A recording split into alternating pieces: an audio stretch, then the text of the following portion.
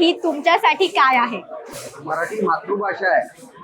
मी engineering झालो, पण जर का इंजिनिअरिंग त्या काळात मराठी भाषेत असतं तर मी कदाचित आज यूएसमध्ये किंवा कुठे बाहेर असतो, PhD झालो असतो. तर मातृभाषेसारखं काहीच हे नाही आहे.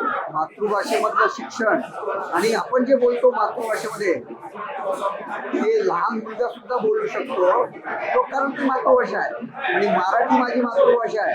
तर मला तिचा अभिमान आहे. आणि आपलं शिक्षण इंजिनिअरिंग असेल, मेडिकल असेल, ते मराठीमध्ये यावं.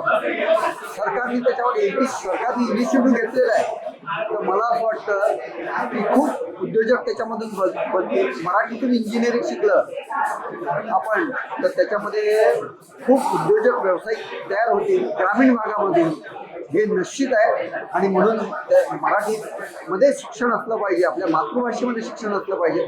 सरकार त्याच्यावर काम करतंय, पण अजूनही काम करण्याची आवश्यकता आहे.